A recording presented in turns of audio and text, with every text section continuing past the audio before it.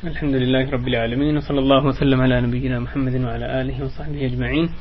أشهد أن لا إله إلا الله وحده لا شريك له وأشهد أن محمدا عبده ورسوله. أما بعد.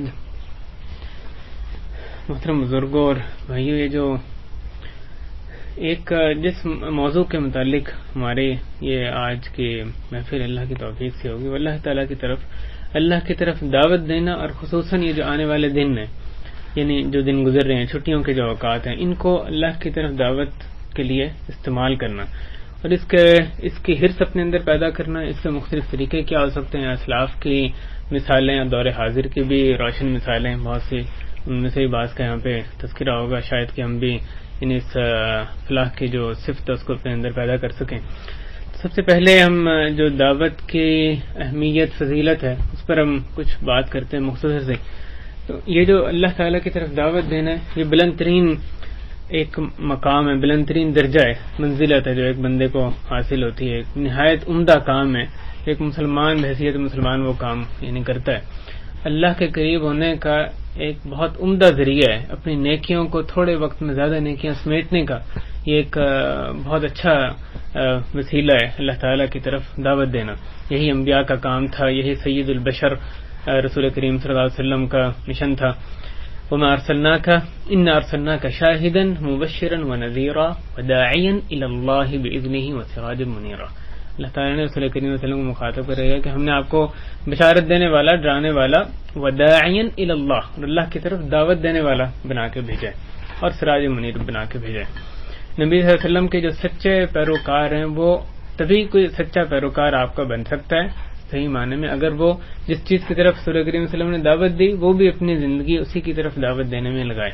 جیسے اللہ تعالیٰ نے فرمایا قل هذه سبیلی ادعو الی اللہ علی بصیرۃ انا ومن اتبعنی، کہ کہہ دیجئے کہ یہ میرا رستہ ہے اور میں اللہ کی طرف علی وجہ بصیرت کے ساتھ دعوت دیتا ہوں. انا ومن اتبعنی، میں دعوت دیتا ہوں اور ہر وہ شخص جس نے میری اتباع کی. تو جو بھی صلی اللہ علیہ وسلم کی حقیقی اتباع کرے گا وہ اس کی بھی یہ صفت ہوگی، انا ومن اتبعنی. رسول کریم صلی اللہ علیہ وسلم کو کہا گیا ان سے کہیے کہ میں دعوت دیتا ہوں بصیرت کے ساتھ، میں بھی اور ہر وہ شخص جس نے میری اتباع کی. اور پھر اونچے درجات جنت میں جو ابدی جنت ہے ان میں حاصل کرنے کا یہ ایک راستہ ہے. اللہ تعالیٰ نے اس راستے کو اختیار کرنے والوں کی مدح فرمائی ہے، تعریف فرمائی ہے. ومن احسن قول ممن دعا الی اللہ، اس شخص سے اچھی بات کس کی ہوگی جس نے کہ اللہ کی طرف دعوت دی اور نیک عمل کیا اور کہا کہ میں مسلمانوں میں سے ہوں. تو اللہ تعالیٰ کی طرف جو دعوت ہے یہ اللہ کے حکم کی ایک تکمیل بھی ہے. اللہ تعالیٰ نے ہمیں اس بات کا حکم دیا، ادعو الی سبیل ربک، اپنے رب کے رستے کی طرف دعوت دو. ادعو حکم دیا گیا ہے اپنے رب کے رستے کی طرف دعوت دو. بالحکمت والموعظۃ الحسنۃ وجادلہم باللتی ہی احسن، حکمت کے ساتھ اور اچھی قسم کی نصیحت کے ساتھ، اور وجادلہم، ان کے ساتھ اچھے طریقے کے ساتھ جھگڑا یعنی بحث مباحثہ یا مجادلہ کرو. کچھ وہ لوگ ہیں جن کو تعلیم کی ضرورت ہوتی ہے، ان کو پتہ نہیں ہے، یعنی ان کو سکھانے کی ضرورت ہے، تو ان کو حکمت کے ساتھ سکھانے کی ضرورت ہے. کچھ وہ ہیں جن کو معلوم ہے کہ یہ چیز حرام ہے پھر بھی وہ حرام کام کر رہے ہیں، تو ان کو اللہ سے ڈرانے کی اور دوبارہ ایمان کو اجاگر کرنے کی ضرورت ہے. تو موعظۃ الحسنہ، اچھے واعظ نصیحت کے ذریعے سے ان کو کرنے کی ضرورت ہے. کچھ ایسے لوگ ہوتے ہیں جن کے ذہن میں شبہات ہیں، کوئی اس وجہ سے وہ اس طرف نہیں آ رہے، تو ان کے ساتھ مجادلہ کرنے کی، بحث و مباحثہ کرنے کی اچھے طریقے کے ساتھ عمدہ انداز سے ضرورت ہوتی ہے. وجادلہم باللتی ہی احسن. تو تمام چیزوں کا اس آیت میں سورہ نحل کے ذکر فرمایا گیا. ہمارے اسلاف نے ذمہ داری کو بخوبی پورا کیا، اللہ کی طرف ساری زندگی دعوت دیتے رہے. یہ جو دعوت ہے اللہ، جیسے شیخ نواز رحمہ اللہ فرماتے تھے کہ اس دور میں جبکہ دعوت دینے والوں کی انتہائی قلت ہے اور منکرات کی کثرت ہے اور جہالت کا غلبہ ہے، تو یہ دعوت اللہ ہر شخص پر فرض عین ہے. حسب استطاعت جس طرح سے، جن وسائل سے، جس قدر اس کی استطاعت ہے اس قدر اللہ کی طرف دعوت دیتے رہنا اس کی ذمہ داری ہے، اس کے لیے فرض عین ہے. امت کے بہترین ہونے کا سبب ہمیں اللہ تعالی نے یہی بتایا، کنتم خیر امہ اخرجت للناس، تم بہترین امت جو لوگوں کے لیے نکالی گئی. تأمرون بالمعروف وتنہون عن المنکر وتؤمنون باللہ، تم معروف کا حکم دیتے ہو، منکر سے روکتے ہو اور اللہ پر ایمان لاتے ہو. اسی طرح فلاح کے جو اسباب، کامیابی کے اسباب میں بتائے گئے ہیں، اس میں سے ایک اللہ کی طرف دعوت دینا بتایا گیا. وَلْتَكُن مِّنكُمْ أُمَّةٌ, تم میں سے ایک ایسی امت ضرور ہونی چاہیے جو کہ يدعون إلى الخير, جو خیر کی طرف دعوت دیں اور امر معروف کریں نہی منکر کریں. وَأُولَٰئِكَ هُمُ الْمُفْلِحُونَ, وہی لوگ فلاح پانے والے ہیں. فلاح حاصل کرنے کا بھی ایک یہ سبب ہے اللہ کی طرف دعوت دینا. اور پھر اس میں اپنے تھوڑے وقت میں بشمار جو اجر و ثواب سمیٹنے کا ایک عمدہ ذریعہ ہے کہ آدمی جو خود کام کر رہا ہے وہ تو کر ہی رہے, لیکن اس سے آگے بڑھ کے جس کو وہ دعوت دے رہا ہے, جیسے رسول اللہ نے فرمایا جس نے کسی اچھی بات کی طرف دعوت دی, اس کے کہنے پر جس نے وہ اچھا کام کیا اس کا اجر بھی اس کو ملتا رہے گا. اب اپنا وہ خود جتنا بھی خود سے عمل کر رہے, لیکن اگر اس کے کہنے پر 10 بندوں نے وہ عمل شروع کر دیا تو 10 گنا اس کا اجر جو اس کو ہر وقت ملتا رہے گا. تو تھوڑے وقت میں اس سے اور عمدہ ذریعہ نہیں کہ اتنے اپنے مختصر زندگی میں زیادہ نیکیاں سمیٹی جائیں کہ جو بھی نیک عمل کریں گے آپ کی دعوت دینے پہ وہ بھی سارے ان کا اجر بھی آپ کے کھاتے میں ڈالا جائے گا بغیر اس کے کہ ان کے اجر میں جو عمل کرنے والے ان کے اجر میں کوئی کمی واقع ہو. دعوت اللہ انبیاء کے وارثوں کا مقام ہے. امام ابن قیم فرماتے تھے کہ جو دعوت کا پہنچا دینا لوگوں تک یہ تیر کا دشمن کے گردن تک پہنچا دینے سے بھی زیادہ افضل ہے اور زیادہ اس سے بھی زیادہ اہم ہے. معاشرے کو ہلاکت سے بچانے کا بھی یہی ذریعہ ہے. جیسے اللہ تعالیٰ نے فرمایا وما كان ربك ليهلك القرى بظلم واهلها مصلحون, تمہارا رب یہ نہیں کرے گا کہ وہ کسی بستی کو ہلاک کر دے, ظالمانہ ہلاک کر دے, واهلها مصلحون, حالانکہ اس کے مکین جو اصلاح کرنے والے ہوں, اس کے اہل اصلاح کرنے والے ہوں, اصلاح کرنے کے عمل پر وہ یعنی عمل پیرا ہوں. تو یہ لہذا اصلاح کرنا معاشرے کو نجات, معاشرے کو اللہ کے عذاب سے بچانے کا ایک ذریعہ ہے. داعیان اللہ کے لیے یہی بہت کافی ہے کہ وہ اللہ کی رحمت ان کو گھیر لیتی ہے, ڈھانپ لیتی ہے. والمؤمنون والمؤمنات بعضهم اولیاء بعض, مومن مرد اور عورتیں ایک دوسرے کے دوست ہوتے ہیں. آگے جو ان کی صفات بتائیں کہ یأمرون بالمعروف ینہون عن المنکر, وہ امر بالمعروف کرتے ہیں, نہی عن المنکر کرتے ہیں, اور نماز قائم کرتے ہیں, زکوٰۃ دیتے ہیں, اور اللہ اس کے رسول کی اطاعت کرتے ہیں. آخر میں آیت کے آ رہا ہے اولئک سیرحمهم اللہ, یہ وہ لوگ ہیں جن پر اللہ تعالی رحمت فرمائیں گے. اللہ عزیز حکیم, ان اللہ عزیز حکیم. دعوت کی وجہ سے ہی کتنے ہی لوگوں کے عقیدوں کی اصلاح ہوئی, کتنے ہی لوگ ظلمات سے اندھیروں سے نکلے. دعوت نہیں کتنوں کو شرک کی نجاستوں سے نجات دی, اور بدعت کا خاتمہ ہوا, سنت کا احیاء ہوا. اور یہ مجددین اور اہل علم و داعیان اللہ کی مثالیں ہمارے سامنے. اللہ کے فضل کے بعد وہی سبب بنے بہت سے جوانوں کو گمراہی کے رستے سے نکالنے کا, ہدایت کی طرف لانے کا. لا دینیت, فسق اور فجور اور جو بھی فحاشی سے نکالنے کا ذریعہ, دعوت کے ذریعے ہی یہ کام ہو سکا. دینداری پھیلانے کا یہ ایک سبب بنتا ہے دعوت اللہ, اللہ کی عبادت کو عام کرنے کا, مساجد کی تعمیر اور آباد کرنے کا یہ ذریعہ ہوتا ہے. شرعی علم کے پھیلاؤ کا یہ ایک عمدہ ترین ذریعہ اللہ کی طرف دعوت دینا.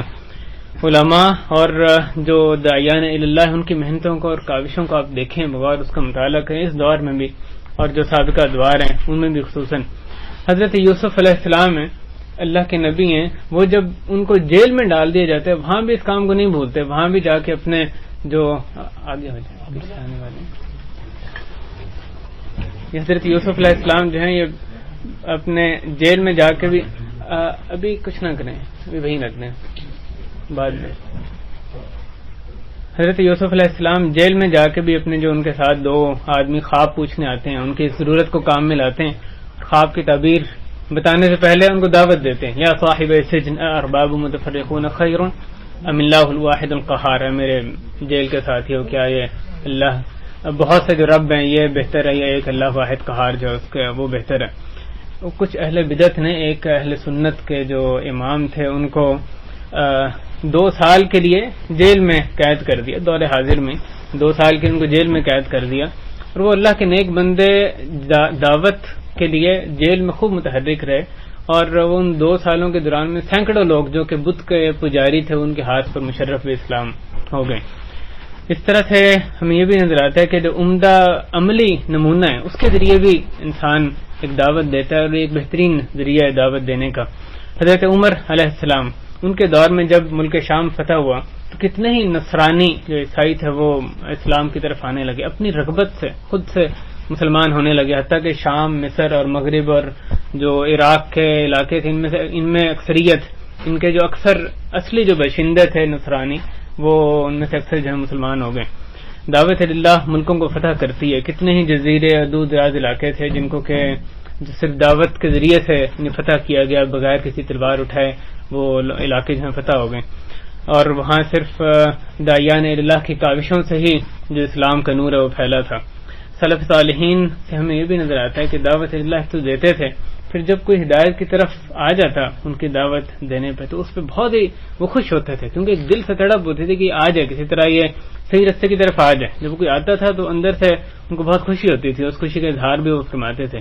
اس کی ایک مثال حضرت ابو عبیدہ بن الجراح رضی اللہ تعالیٰ عنہ, انہوں نے جب رومیوں کے ساتھ ان کا معرکہ ہوا تو معرکہ سے پہلے انہوں نے حضرت عمرو بن العاص نے حضرت ابو عبیدہ نے ان کو دعوت اللہ کی طرف دعوت پیش کی. ایک رومی نے ان کی دعوت کو قبول کیا اور وہ اسلام میں داخل ہو گیا. مسلمان اس پر بہت خوش ہوئے, اس سے مصافحہ کیا اور اس کو دعائے خیر دی اور کہا کہ تم ہمیں نہایت عزیز ہو, ہمارے دل تمہاری طرف بہت مائل ہیں, ہم تمہاری بہت عزت کرتے ہیں, تم ہم میں سے ہر ایک کے لیے ویسے ہی ہو جیسے کہ اس کا سگا بھائی ہے. اس طرح سے انہوں نے اظہار کیا تو وہ رومی کہنے لگا کہ تم بہترین لوگ جن کو کہ میں نے دیکھا ہے.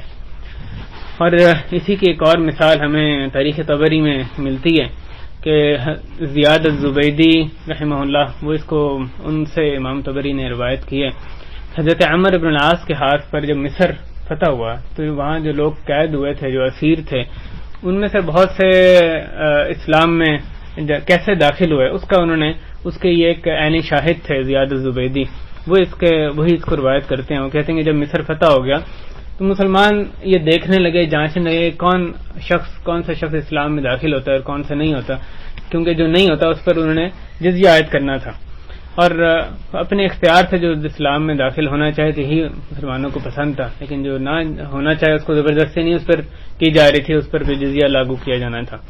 قیدی جو نصرانی تھے ان سب کو جمع کیا گیا, ایک طرف ان کو اسلام کی دعوت پیش کی گئی, ایک طرف مسلمانوں کی صف تھی اور دوسری طرف جو وہاں کے اصلی مکین تھے عیسائی وہ دوسری طرف موجود تھے.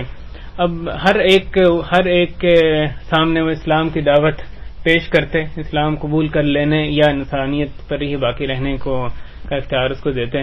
تو وہ کہتے ہیں, حضرت زیاد کہتے ہیں کہ جب کوئی شخص مسلمان ہو جاتا تو ہم اتنا خوش ہوتے اور اتنے تکبیر بلند کرتے, آواز سے تکبیر جو ہے بلند کرتے, جتنا کہ ہم کسی ملک کے کسی شہر کے فتح ہونے پر بھی نہیں کرتے تھے. اتنی زبردست ہم اس پر خوشی منایا کرتے تھے اور اس کو پھر ہم اپنے ساتھ لے لیتے. اور اگر کوئی شخص جو ہے وہ اختیار کرتے کہ نہیں میں نے عیسائی ہی رہنا ہے, نصرانیت نہیں چھوڑنی, تو پھر وہ جو نصرانی ہے وہ اس پر اتراتے اور اپنے ساتھ اس کو لے لیتے. اور وہ کہتے ہیں کہ مسلمان ایسے غمزدہ ہوتے کہ جیسے کہ کوئی ان کا جو آدمی ہے وہ ان کے ہاتھ سے چھن گئے. یہ ایک تڑپ اور کسی کی ہدایت کی طرف آ جانے پر خوشی آپ دیکھیں کیسے ہمیں اپنے اسلاف میں نظر آتی تھی.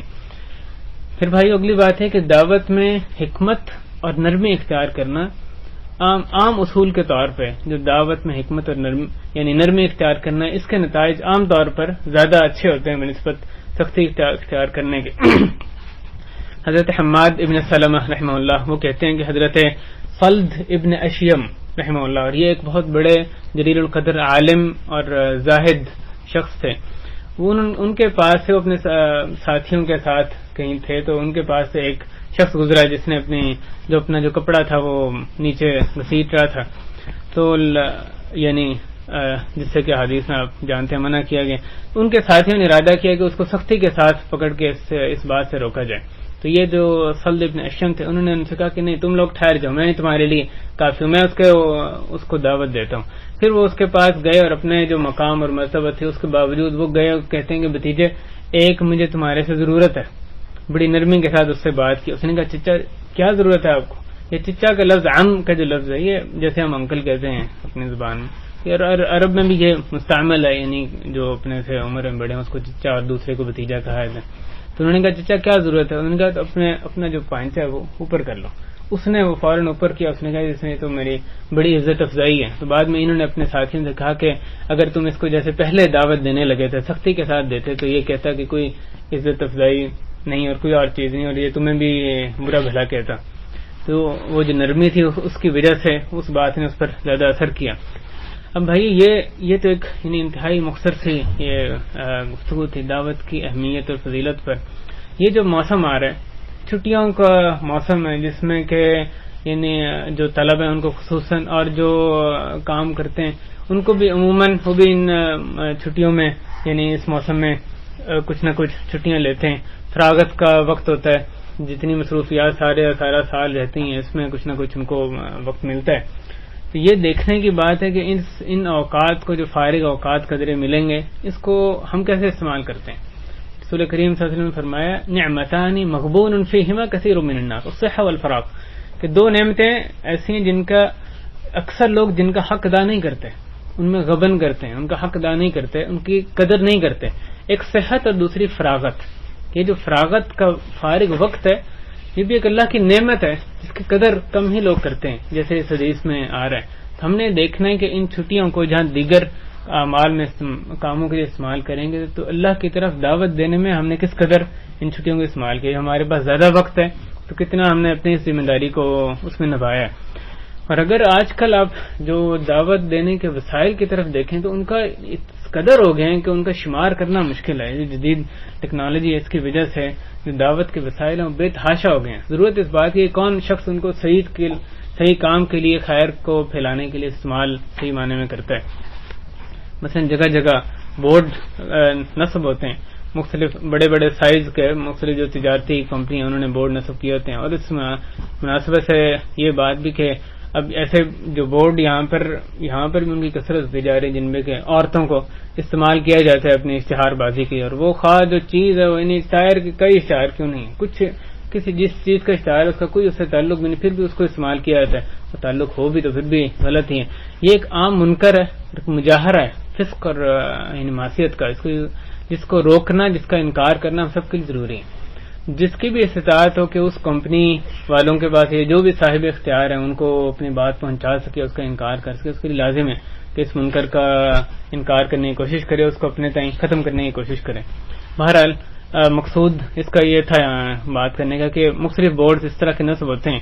اس تعلق سے آپ ایک مثال دیکھیں دعوت کی کہ میونخ جو جرمنی کا ایک شہر ہے، ایک وہاں کا جو باشندہ ہے وہ مسلمان یعنی ایک داعی جو ہے جس کے دل میں کچھ تڑپ تھی، وہ وہاں پر گیا. اس نے دیکھا کہ شہر کی انٹرنس پہ، میونخ کے انٹرنس پہ ایک بڑا بورڈ وہاں آویزاں تھا جس پہ لکھا تھا کہ آپ کو فلاں ٹائر کا، فلاں ایک کمپنی کا لکھا تھا، اس ٹائروں کا علم نہیں ہے تو آپ اس نمبر پہ کانٹیکٹ کریں، ہم آپ کو بتائیں گے. اس قسم کا ایک اشتہار لکھا تھا. اس نے وہاں سے سوچا کہ اگر اس کی بجائے میں ایک ایسا بورڈ لگواؤں کہ آپ کو اگر اسلام کے بارے میں جاننا ہے تو آپ اس نمبر پہ کانٹیکٹ کریں.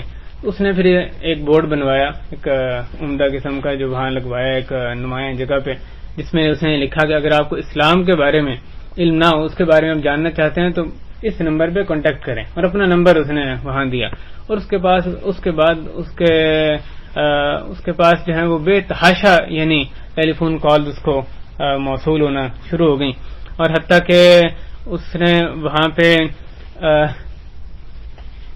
اس نے یعنی ایک تھوڑے عرصے میں ہی 1000 جو مرد اور عورت ملا کے اس کے ہاتھ پہ جو ہے اس کی دعوت کی وجہ سے، اس کی اس جو نئے انداز کو اپنانے کی وجہ سے یعنی مشرف اسلام ہوا ہے جو جرمنی کے لوگ تھے.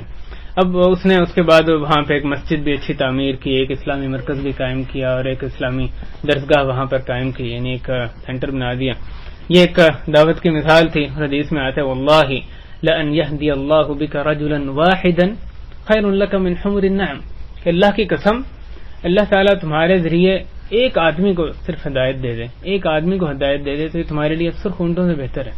یہ سرخ اونٹ جو ہیں بڑی عمدہ چیز ہوتی ہے. سرخ اصل میں سفید اونٹ کو کہتے ہیں. سفید اونٹ سرخ اونٹ تو نہیں ہوتے، اصل میں سرخ اونٹ اس لیے کہا جاتا ہے کہ سفید کا جو لفظ ہے یہ برس کی بیماری کے لیے استعمال کیا جاتا تھا.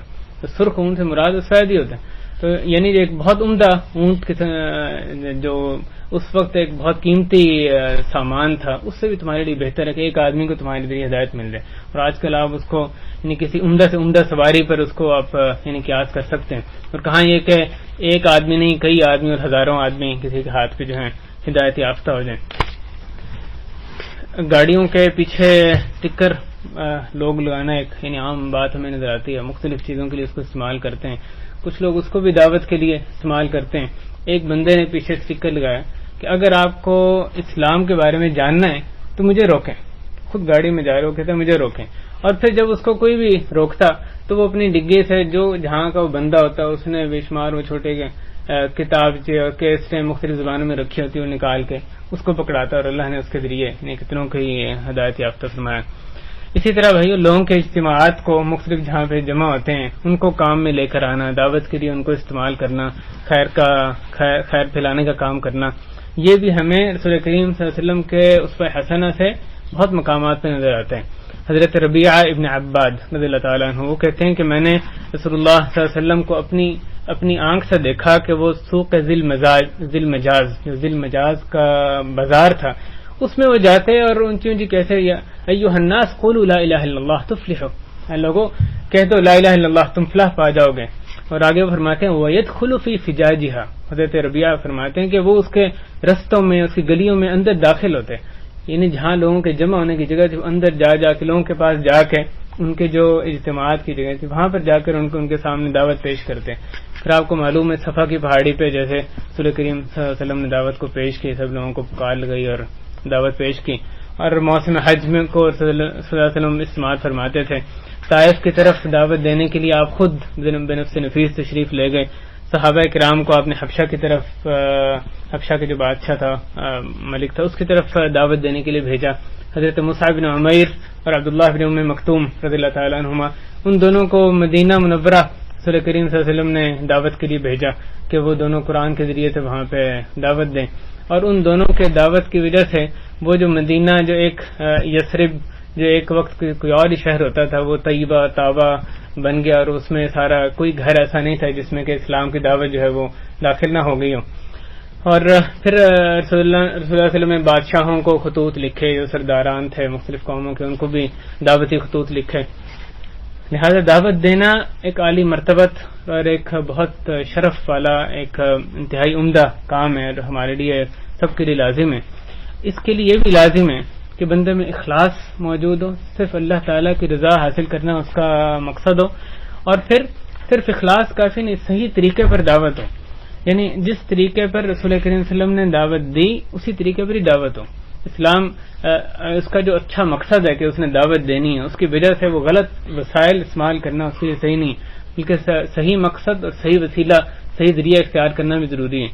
بعض لوگ بڑی اچھی نیت سے دعوت دیتے ہیں اور اپنی جہالت کی وجہ سے کسی ضلالت اور گمراہی کی طرف وہ دعوت دے رہے ہوتے ہیں. یہ ضروری ہے کہ آدمی علم حاصل کرے اور اس صحیح علم کے مطابق، ٹھوس علم کے مطابق وہ صحیح بات کی طرف ہی لوگوں کی رہنمائی کرے. دعوت کے لیے ہمت ہونا، جذبہ اپنے اندر ہمیشہ پہ بیدار رہنا، جد و جہد کرنا، دوڑا دھوپ کرنا، اس کے لیے صحیح طرح سے پلاننگ کرنا اور سستی کا شکار نہ ہونا، ہمہ وقت اس کی تڑپ ہونا، یہ ایک داعی کے لیے کہ لازمی صفات ہیں. اور ممکن ہے جس کو آپ دعوت دے رہے ہیں وہ آخری اس کے لیے چانس ہو، یعنی اس کے بعد اس کو دعوت دینے کا کوئی موقع میسر نہ آ سکے، لاسٹ چانس. ممکن ہے بعض لوگ جس کو دعوت دینا اس وقت میسر آ گیا اس کو دعوت دے دیں، ممکن ہے اس کے بعد اس کو دعوت دینا ممکن نہ ہو سکے آپ کے لیے. یہ ایمسٹرڈیم کا ایک واقعہ ہے کہ وہاں پہ ایک جو امام تھا ایک مسجد کا، وہ اور اس کا ایک بیٹا جو 11 سال اس کی عمر تھی، وہ دونوں نکلا کرتے تھے اور ان کے پاس مختلف کتابچے وغیرہ وہاں کی لوکل زبان میں ہوتے تھے اور وہ لوگوں میں تقسیم کرتے تھے، اسلام کی طرف ان کو دعوت دینے کا ایک ذریعہ تھا. ایک مرتبہ جو ٹھنڈ کی وجہ سے، موسم سخت ہونے کی وجہ سے جو امام صاحب تھے وہ نہیں نکل سکے، وہ کچھ سستی کا شکار ہوئے قدرے یعنی تاخیر سے. ان کا بیٹا خود ہی اس نے ہمت کی اور وہ نکل گیا. اس نے اپنے ہاتھ میں کتابیں جو کتابچے تھے اس مقصد کے لیے تیار کیے وہ پکڑے اور ان کو تقسیم کرنا شروع کیا. سب کو تقسیم کر دیا، ایک کتاب جو اس کے ہاتھ میں باقی رہ گیا اور وہ دیکھنے لگا یہ کس کو دے. اس نے ایک پاس گھر میں گیا، وہاں پہ ناکنگ کی اور کوئی نہیں نکلا. اس نے 2-3 مرتبہ جو بھی اس نے ناکنگ کی، کچھ انتظار کیا، لیکن پھر وہ تقریباً مایوس ہو گئے کہ شاید گھر میں کوئی رہتا نہیں ہے. لیکن وہ جانے ہی لگا تھا کہ اس کو کچھ آواز آئی اندر، یعنی اندر سے کچھ کھٹ پٹ کی آواز آئی تو پھر وہاں پہ ٹھہر گیا اور ایک مرتبہ پھر اس نے ناکنگ کی تو اندر سے ایک بوڑھی عورت اندر سے نکلی جس کے چہرے پر غم کے شدید یعنی آثار تھے، انتہائی غمگین نظر آتی تھی. اس نے اس سے معذرت کی، اس کو ڈسٹرب کرنے سے کا یعنی سے معافی مانگی اور ساتھ اس کو وہ کتابچہ دیا اور اس کو ترغیب دی اس کو پڑھنے کی، اس کو کافی اپریشیٹ کیا اور پھر دوبارہ معذرت کر کے وہاں سے یعنی پلٹ آیا. اس واقعے کو ایک ہفتہ گزرا تھا کہ وہاں کے جو اسلامی مرکز ہے، جو بڑی مسجد تھی یہ ایمسٹرڈیم میں، وہاں پہ وہ عورت آتی ہے اور اپنے مسلمان ہونے کا اعلان کرتی ہے، اور اس نے یہ سب لوگوں کو وہاں پر یہ بتایا کہ اس کے شوہر کی وفات ہو گئی تھی، اور اس کے بعد اس کے جو باقی رشتے دار ہیں ان میں سے کوئی ذرہ بھر بھی اس کو نہیں پوچھتا تھا. اور وہ کہتی ہے کہ میں بالکل زندگی سے مایوس ہو چکی تھی، اور میں کہتی تھی کہ اب اس کے بعد بھی کوئی اس حال میں بھی کوئی باقی رہنے کا فائدہ ہے، اس حال میں بھی کوئی مزہ ہے زندگی گزارنے کا. اور میں نے بالآخر یہ فیصلہ کر لیا تھا کہ میں نے خودکشی کرنی ہے، اور خودکشی کے لیے اس نے سامان بھی تیار کر لیا. وہ کہتی ہے میں نے ایک رسی لی جس کا ایک یعنی گانٹھ بنائی ادھر اور ادھر، اور اس رسی کو جیسے اس نے خود بیان کیا تو اس کرسی پر چڑھی، اوپر سے لٹکا بھی دیا. اور دوسری کہتی ہے میں نے اپنے گردن میں ڈال لی تھی، کرسی پہ چڑھی ہوئی تھی جس وقت کی اس کی ناکنگ ہوئی. اور اس وقت جب اس کی ناکنگ کی، اس سے پہلے کہ چند لمحات پہلے اس کے وہاں پہ چھلانگ مارنے سے پہلے، خودکشی کرنے سے پہلے وہ نیچے اتری اور اس نے دروازہ کھولا. تو پھر وہ ان کا اس نے نہایت ہی شکر ادا کیا کہ یعنی شکریہ ادا کیا کہ آپ لوگوں نے مجھے جو ہے وہ نجات دلوا دی اور آگ سے بچا دیا، نور ہدایت کی طرف رہنمائی کی. لہذا ممکن ہے جس کو آپ دعوت دے رہے ہوں وہ لاسٹ چانس ہو اس کو دعوت دینے کا، تو اس میں سستی کا شکار نہ ہو. اسی طرح بہت سے اسپیشلائزڈ فیلڈز ہیں یعنی جن میں میدان ہیں، سیکٹرز ہیں جن میں کہ وہاں بھی دعوت دینے والوں کے لیے یعنی کام کرنے والوں کی جو لوگوں کی ہمیں یعنی ضرورت ہے کہ وہاں بھی اس کی طرف بھی توجہ کی جائے. مثلا ہاسپٹلز ہیں یا دیگر چیزیں. ہمیں ایک ہسپتال تھا جس میں کہ جو کہ اہل خیر کے یعنی نفقے پہ جو ہے وہ بنایا گیا تھا، ایک یعنی خیراتی ہسپتال تھا جس میں مفت علاج کیا جاتا تھا. وہاں جو ڈاکٹر تھا وہ کسی کے علاج کرنے سے پہلے لازماً صحیح عقیدے کی تشریح کرتا تھا، اس کو توحید کا عقیدہ اچھے الفاظ میں یعنی آسان الفاظ میں سمجھاتا، شرک کی تشریح کرتا، اور ساتھ اللہ تعالیٰ کی طرف توجہ دلاتا، شفا اسی کی طرف سے. اور جو لوگ تعویذ لٹکائے اور جادو ٹونے کی طرف علاج کروانے کے لیے مختلف بھٹکتے پھرتے ہیں اس سے وہ ان کو متنبہ کرتا تھا اور پھر ان کا علاج کرتا. تو اس کے ہاتھ پہ کتنے ہی ہزاروں لوگ جو ہیں انہوں نے اپنی خود اندر سے دل کی رغبت کے ساتھ اپنے جو تعویذ الٹے سیدھے لٹکائے ہوئے تھے اور اس قسم کی جو مختلف چیزوں میں ملوث تھے ان سے وہ طائب ہو کر صحیح عقیدہ کو اپنا لیا. ایک عورت جس کو جب اس کو مرض میں مبتلا ہوئی، اس کو اسپتال میں داخل کیا گیا تو اس نے وہاں پہ کوئی ایسا ڈاکٹر یا کوئی جو نرس یا وہاں حتیٰ کہ صفائی کرنے والی بھی جو عورتیں تھیں ان کو نہیں چھوڑا سوائے کہ جس کو اس نے اس کے سامنے کسی نہ کسی طریقے سے اپنی دعوت پیش کی ہو. یہ بات اصل میں یہ حرص انسان میں ہو تو اس کو موقع بہت میسر آتے ہیں اللہ کی طرف دعوت دینے کے. یہ جو براہ راست بات چیت کرنا ہے کسی سے، اس کا اپنا اثر ہوتا ہے دعوت میں، یعنی کتابوں کا دیگر چیزیں اپنی جگہ، لیکن جو براہ راست بات چیت کرنا، 1 to 1 بات چیت کرنا، اس کا جو اثر ہے وہ کسی اور چیز میں نہیں ہے، اس کی اہمیت اپنی جگہ باقی ہے. اور کتنی جگہوں پر جو تاجر اور مختلف اہلکار یعنی مختلف کمپنیوں کے امپلائیز ہیں ان کی وجہ سے وہ سبب بنے اسلام کو پھیلانے کا، لوگوں کو ظلمات سے نکالنے کا. انڈیا کے ایک شہر یا ایک گاؤں میں جہاں پہ کہ تمام کے تمام آبادی جو ہے وہ غیر مسلم تھی، وہاں پہ ایک شخص گیا، ایک جوان گیا، مسلمان گیا، اس نے ایک چھوٹی سی وہاں دکان کھولی اور لوگوں کے ساتھ وہ معاملہ یعنی اسلام کے سکھائے ہوئے اخلاق کے مطابق کرتا تھا. ان کے ساتھ عدل کے ساتھ، انصاف کے ساتھ اور نرمی کے ساتھ، صرف لینے میں ہی نہیں بلکہ دینے میں یعنی ان کے جو ادھار ادا کرنے میں بھی نرمی اختیار کرنا، جو اسلام نے اخلاق سکھائے ہیں اس طرح سے وہ ان کے ساتھ معاملہ کرتا تھا. لوگ اس کو پسند کرنے لگے، اس کی دکان پر بکثرت آنے لگے. پھر اس نے ان کو اسلام کی طرف دعوت پیش کرنا شروع کی اور اللہ تعالیٰ نے اس کے جتنوں کو بھی اس کے ہاتھ پہ یعنی ہدایت دی اور اس طرح سے اس نے وہ اپنی حد المقدور وہاں پہ یہ شمع روشن کی. اسلام ایک دین فطرت ہے، یہ بہت جلدی پھیلتا ہے. صرف ضرورت اس بات کی ہے کہ لوگ اس کو ایسے لوگ ملیں جو اس کو صحیح طرح پہنچانے والے ہوں، ورنہ یہ بالکل عین فطرت کے مطابق دین ہے. جو دوسرے اہل باطل ہیں ان کو اپنی اتنی ہی دعوت پھیلانے کے لیے کہیں زیادہ وسائل کی ضرورت ہوگی، کیونکہ وہ فطرت کے خلاف ہے. جو بھی اسلام سے ہٹی ہوئی دعوت ہے وہ فطرت کے خلاف ہے. خواہ وہ اس کو فطرت کے مطابق بنا کے پیش کریں، لیکن ان کو بے شمار اور وسائل استعمال کرنے پڑیں گے، زیادہ محنت کرنی پڑے گی بنسبت اتنی ہی اگر اسلام کی جو دعوت حق ہے اس کو پھیلانا ہو، کیونکہ دین فطرت ہے وہ جلدی پھیلتا ہے. کہ ضرورت اس بات کی ہے کہ کون اس کو لے کے کس کو اس کی طرف دعوت دینے کی فکر ہے، کون اس کے جھنڈا لے کے آگے بڑھتا ہے اور اس کو سچے دل کے ساتھ دوسروں تک پہنچاتا ہے اور اچھے طریقے سے اس کو یہ معلوم ہو کہ کہاں سے بات شروع کرنی ہے، کون سی بات کس موقع پر کہنی ہے. تو اس کو صحیح طرح پیش کرنے کا انداز کس کو آتا ہے؟ ایسے لوگوں کی صرف اسلام کو ضرورت ہے، ورنہ اسلام یعنی فطرت کا دین ہے، اور اگر اس کی طرف دعوت دیجیے اللہ تعالیٰ اس میں برکت دیتا ہے، بہت تیزی کے ساتھ ہی پھیلتی ہے.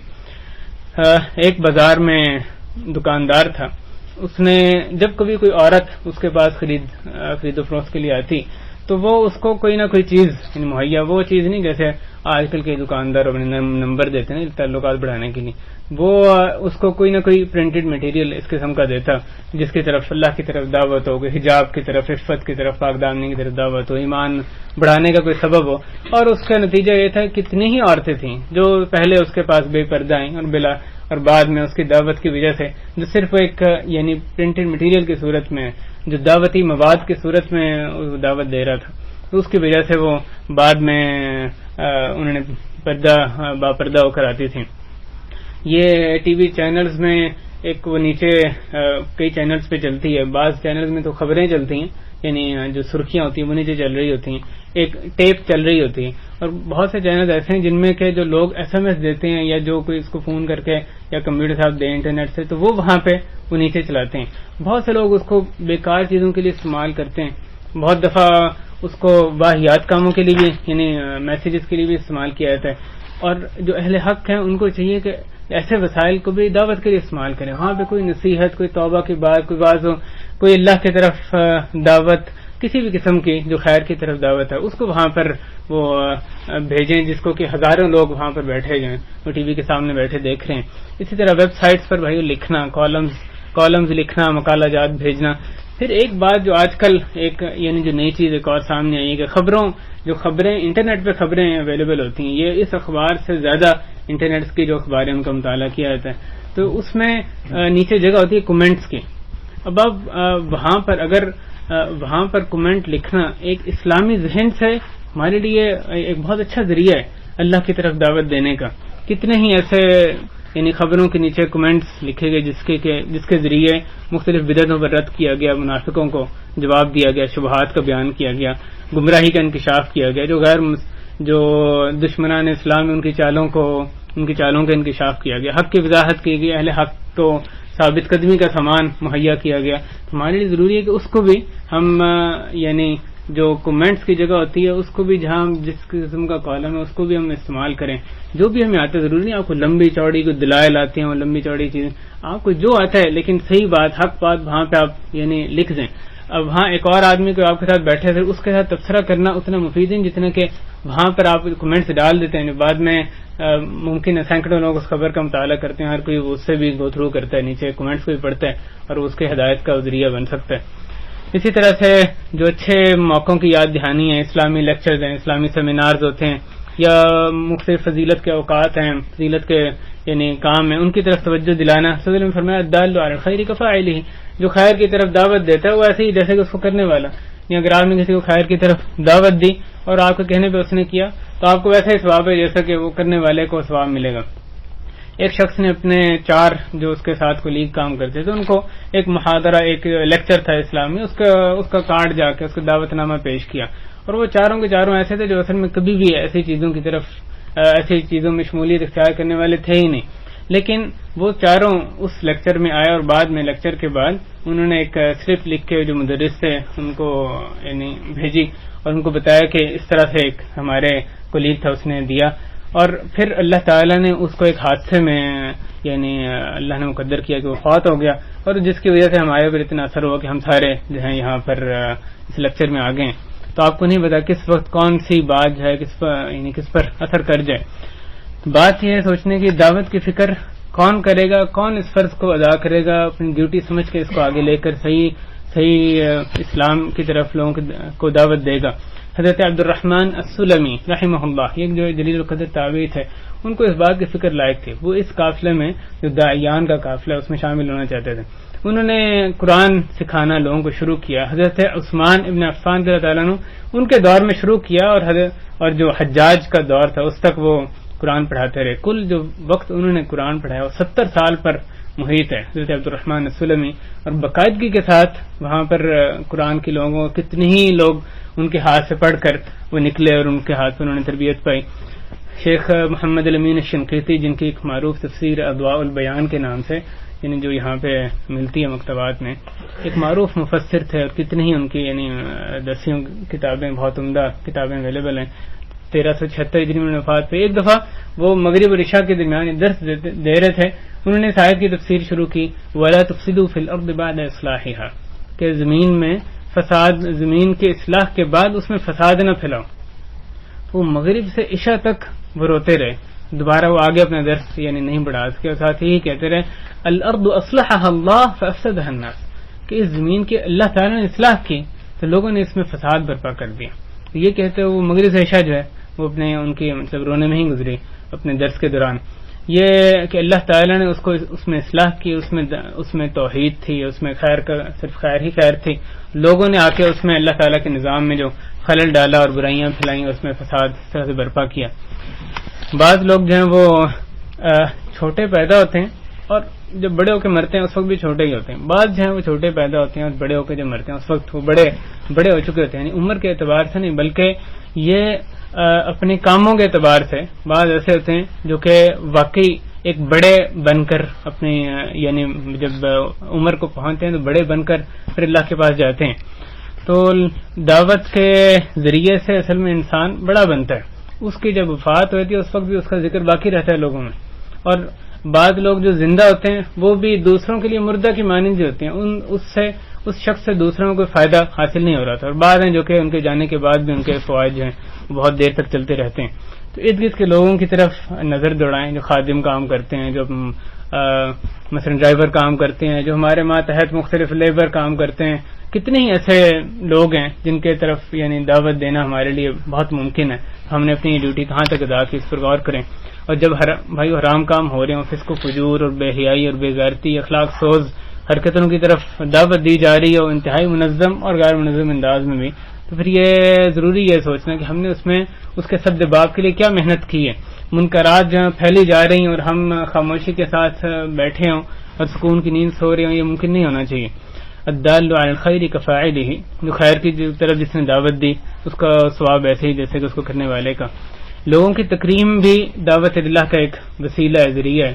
شیخ ابن باز رحمہ اللہ جب وہ ان کے پاس کوئی حج کے موقع پہ جو وفود آتے تھے، ان کے رؤساء سے، ان کے جو اکابر ہوتے تھے، ان کے ساتھ ان کا معمول تھا کہ وہ خصوصاً ان کو دعوت دیتے زیارت کے لیے اپنی، اور ملاقات کرتے، ان کے حال احوال پوچھتے، وہاں پہ اسلام کی یا دعوت کے تعلق سے بھی خصوصاً وہ گفتگو فرماتے تھے ان کے ملکوں میں۔ تو دعوت میں باہمی تعاون جو ہے بھی نہایت اہم ہے۔ مثلا بازاروں میں اگر مختلف خیر کے مراکز، کوئی اچھے سینٹرز، دعوت کے مرکز جو ہیں وہ قائم کیے جائیں تو اس کا کتنا اثر ہو سکتا ہے۔ مختلف ویب سائٹ سے جو توثیق شدہ مواد ہے اس کو ڈاؤن لوڈ کر کے اس کو سی ڈیز میں سٹور کرنا یا مختلف طریقوں سے سٹور کرنا، اس کو آگے پھیلانا، یا موبائل پر ایس ایم ایس، اور اتنی قسم کے ایس ایم ایس دیے جاتے ہیں، حتیٰ کہ کئی ایس ایم ایس انتہائی بےہودہ قسم کے بھی دیے جاتے ہیں جو آپ کو معلوم ہے کہ وہ ایس ایم ایس سب سے زیادہ آگے فارورڈ ہوتے ہیں۔ تو اس میں دعوت کا کام کیوں نہیں کیا جا سکتا، کوئی یاد دہانی کیوں نہیں کرائی جا سکتی، یا ای میلز بھیجی جاتی ہیں، اس میں بھی دعوت کا کام ہو سکتا ہے۔ لا خیر فی کثیر من نجواہم، اللہ تعالیٰ فرماتے ہیں کہ ان کی سرگوشیوں میں سے اکثر میں کوئی خیر نہیں ہے، الا من امر بصدقۃ او معروف او اصلاح بین الناس، سوائے جس نے حکم دیا صدقے کا یا معروف کا یا لوگوں کے درمیان اصلاح کرانے کا۔ جو من یفعل ذلک ابتغاء مرضات اللہ فسوف نؤتیہ اجرا عظیما، جو یہ کام اللہ کے رضا حاصل کرنے کے لیے کرے گا تو ہم اس کو عظیم اجر دیں گے۔ معاشرے میں مختلف قسم کے افراد ہیں، پڑھے لکھے بھی ہیں، ان پڑھ بھی ہیں، نوجوان ہیں، بوڑھے اور عمر رسیدہ بھی ہیں، مرد ہیں، عورتیں ہیں، مختلف زبانوں کے لوگ ہیں، ہر جو مختلف طبقات کے لوگ ہیں، جہاں بھی ہم کام کر سکیں ان کو تک دعوت پہنچانے کا انتظام ہونا چاہیے۔ پر آج کل یہ جو چھٹیوں میں اور اس کے علاوہ بھی ذرائع مواصلات میں جو لمبے لمبے وقت گزرتے ہیں، لوگوں کے 10-10 گھنٹوں کے بھی یعنی سفر ہوتے ہیں، اس کو بھی دعوت میں استعمال کیا جا سکتا ہے، لوگوں کو اس کے دوران دعوت پیش کی جا سکتی ہے۔ شادی بیاہ کے جو موقع ہوتے ہیں، خوشی کے موقع ہوتے ہیں، اس میں ہماری ذمہ داری ہم نے کہاں تک ادا کی دعوت کو پھیلانے کی. ہمیشہ دعوت کی تلاش میں رہیں, دعوت کے جو موقع کی تلاش میں رہیں, جہاں بھی موقع ملے اپنی دعوت لوگوں تک پہنچائیں, لوگوں کو حق پر جمع کریں. اور پھر چھٹیوں میں جو صلہ رحمی خاندانوں کا ملاپ ہوتا ہے اس کے سلسلے میں پہلے سے ہم نے کیا تیاری کی ہے. اور صرف ہم خود ہی نہیں اس کے مسئول, بلکہ گھر والے بھی, ان کے تعلق سے بھی, یعنی ایک وہ بھی ساتھ ہمارے اس کے شریک سفر بنے. اور دعوت دینے والوں کی تیاری, خواہ وہ عورتیں ہوں یا مرد ہوں, یہ بھی ایک بہت بڑا کام ہے جو کہ ایک صدقہ جاریہ انسان کے لیے بنتا ہے. حضرت ام سلیم, ان کا مہر کیا خوب تھا, وہ اپنے شوہر کی ہدایت پہ بہت کوشاں تھیں, اور ان کا مہر یہی تھا کہ وہ ان کے شوہر ابو سلیم جو وہ مسلمان ہونا ہی ان کا مہر تھا. اور حضرت ام سلیم نے اپنے بیٹے حضرت انس بن مالک کو بھی رسول کریم صلی اللہ علیہ وسلم کے لیے ان کی خدمت کے لیے وقف کر دیا تھا. کہ عورتوں کی جو دعوت ہے یہ بھی اپنا بہت اثر دکھاتی ہے, عورتوں کا داعیات بننا, اللہ کی طرف دعوت دینے والا بننا. مختلف انٹرنیٹ سائٹس کا استعمال کیا جائے, حکمت اور علم کے ساتھ ان میں دعوت پیش کی جائے. اور اہل باطل شر پسند لوگ تو اپنے کام میں لگے ہوئے ہیں, لیکن بہرحال دوسری طرف بھی لوگ موجود ہیں جو کہ لوگوں کو خیر کی طرف بلاتے ہیں, اچھے اجتماعات کا انعقاد کرتے ہیں.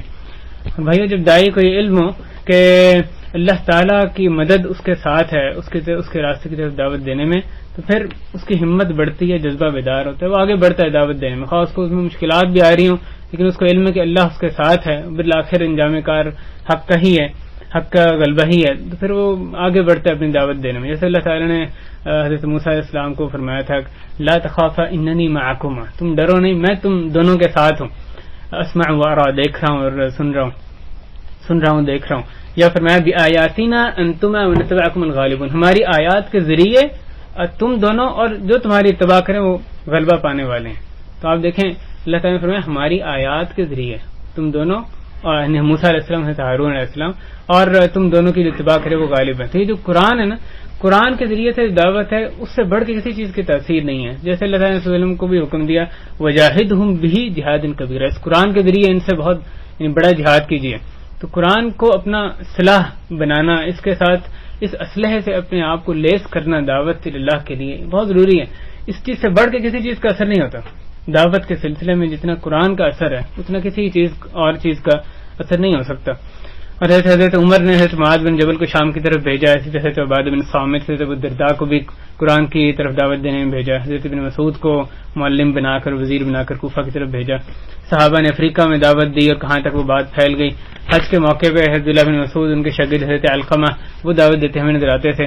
رشتے داروں سے جب ہماری ملاقات ہوتی ہے تو وہاں بھی ان سے ابتدا کرنی یہ ہماری ذمہ داری. وانذر عشیرتک الاقربین, اللہ تعالیٰ نے حکم دیا کہ اپنے قرابت دار جو رشتے دار ہیں ان کو ڈراؤ. تو ابتدا ان سے کرنی یہ ہمارے لیے ضروری ہے. یہ نہیں کہ ہم کہیں کہ اچھا اور کم جگہیں ان کے ساتھ بگاڑنا نہیں ہے اس لیے ان کو دعوت نہ دیں, بلکہ ان کو دعوت دینی, باقی کسی کو بھی دعوت دینے سے زیادہ ضروری ہے. اور صلی اللہ علیہ وسلم کا طریقہ تھا, وہ آتے جاتے جہاں موقع ملتا ہے, ایک عورت کے پاس جا رہے ہیں, وہ قبر کے پاس بیٹھی رو رہی ہے, اس کو اتق اللہ واصبری, اللہ کا تقوی, اللہ سے ڈرو, صبر کرو. دوسرے کے پاس وہاں سے گزر رہے ہیں, وہ لوگ جو ہیں وہ رمایا یعنی تیر اندازی کا مقابلہ کر رہے ہیں, ان کو کہتے ہیں ارمو بنی اسماعیل فإن أباكم كان راميا, اسماعیل بنی اسماعیل رمی کرو, یعنی تیر اندازی کرو, تمہارا باپ جو ہے وہ بھی اسماعیل, وہ بھی رمی کرنے والے تھے, وہ بھی تیر انداز تھے. اسی طرح ایک کہیں بکری نظر آتی ہے مردہ, اس کو استعمال میں لاتے ہیں دنیا کی حقیقت بتانے کے لیے. یعنی چلتے پھرتے جو موقع آتا تھا رسول کریم صلی اللہ علیہ وسلم کو, انہی کی اقتداء ہمارے لیے ضروری ہے, اس کو دعوت کے لیے استعمال کرتے. تو وسائل کی قلت کے باوجود اللہ تعالیٰ اخلاص کی وجہ سے دعوت اپنی طرف دعوت دینے میں برکت فرماتے ہیں. اور رسول کریم صلی اللہ علیہ وسلم نے فرمایا کہ تم لوگ ضرور نیکی کا حکم دو گے, برائی سے روکے گے, ورنہ اللہ تعالیٰ تمہارے اوپر ایسا عذاب مسلط کر دیں گے کہ پھر تم اس سے دعائیں کرو گے, تمہاری دعائیں جو قبول نہ ہوں گے. سیاحتی پروگرام جو آج کل جن کی ترویج ہوتی ہے, مارکیٹنگ ہو رہی ہے, ان میں جو ایسے مختلف منکرات بھری ہوتی ہیں, ان کا بھی انکار کرنا دعوت کا ایک حصہ ہے. یعنی مختلف قسم کی رقص و سرور کی محفلیں, شراب و کباب کی محفلیں اس میں ہوتی ہیں, یا گانے وغیرہ, یا جو بھی اس طرح کی منکرات ہوتی ہیں, اختلاط ہوتا ہے, تو اس کا بھی انکار کرنا, ان کو جو مسئولین ہیں ان کو اس کی خیر کی طرف ترغیب دلانا, یہ بھی ایک دعوت کے لیے آج کل کے حساب سے ضروری ہے. بھائی یہ اللہ تعالی ہم سب کو دعوت کی اپنی ذمہ داری پوری کرنے کی توفیق عطا فرمائے. آخر یاد دہانی شعبان کے تعلق سے جو مہینہ اس وقت چل رہا ہے, یہ ایک بہت عظیم مہینہ ہے. جیسے رسول نے فرمایا اس سے اکثر لوگ غافل رہتے ہیں, اس میں کثرت کے ساتھ اس میں اعمال رب العالمین کے ہاں پیش کیے جاتے ہیں. صلی اللہ علیہ وسلم فرماتے ہیں کہ مجھے پسند ہے کہ میرا عمل پیش کیا جائے جبکہ میں روزے سے ہوں. اس میں صلی اللہ علیہ وسلم کی سنت مبارکہ سے کثرت سے روزے رکھنا اس مبارک مہینے میں یعنی ثابت ہے. اور اسی طرح اپنا محاسبہ نفس کرنا رمضان کیا تاکہ رمضان داخل ہو تو ہم ایک صاف شفاف ایک اللہ کی طرف متوجہ دل کے ساتھ رمضان کی خیرات کو حاصل کرنے والے بنے. اور پھر قرآن کی تلاوت کرنا، اس کو شہر القراء کہا جاتا تھا. شعبان کو رمضان کی تیاری کے طور پہ اس میں تلاوت شروع کریں. یعنی آپ کیا سمجھتے ہیں اگر آپ کا روزانہ کا معمول 2 صفحے کا ہے قرآن پڑھنے کا، کیا شعبان رمضان کے آنے پر ایک دم آپ اگر آپ نے رمضان میں ایک دفعہ بھی قرآن ختم کرنا ہے، روزانہ آپ ایک سپارہ یعنی 2 صفحے سے ایک سپارے پہ آپ کیا جا سکتے ہیں یا آدھے سپارے پہ بھی؟ اپنے آپ کو اس کی مشق کی ضرورت ہوتی ہے. یہ جو مشق ہے میں اسلاف سے اندر آتے کہ شعبان سے ہی اس کی تیاری شروع کرتے تھے. اس کو شہر القراء کہتے تھے. کثرت سے وہ تلاوت کلام پاک اس مہینے سے ہی شروع کرتے تھے تیاری کے طور پہ رمضان کی. تو اللہ تعالیٰ ان جو خیر کے موقع ہیں ان کو بہترین ہمیں استعمال کرنے والا بنائے، اپنی طرف دعوت دینے والا بنا دے. اللہ ہم جو بھی ہمارے صغیرہ کبیرہ گناہ ان کو معاف فرمائی. یہاں بیٹھنا اپنی بارگاہ میں قبول فرما لے. اللہ ہماری انتہائی جو حقیر کوششیں تیرے دین کو پر عمل کرنے کی، تیرے دین کو پھیلانے کی، اللہ ان انتہائی حقیر ٹوٹی پھوٹی کوششوں کا اللہ اپنی بارگاہ میں شرف قبولیت بخش دے. اللہ ہمارے جو جیسے ہمیں یہاں پہ تو نے جمع فرمایا اپنے جو دار کرامت ہے جنات النعیم ہے، ان میں بھی ہمیں جنات الفردوس میں اعلیٰ مقامات عطا فرما، وہاں بھی ہمیں جمع فرما. اللہ جو بھی ہم میں سے چھٹی جا رہے ہیں وہاں پر بھی اور یہاں رہتے ہوئے بھی ہمیں بھرپور طریقے سے دعوت اللہ کے جو فریضہ ہے اس کو سر انجام دیتے رہنے کی توفیق عطا فرما. صلی اللہ وسلم علی نبینا محمد وعلی آلہ وصحبہ اجمعین. الحمد للہ رب العالمین.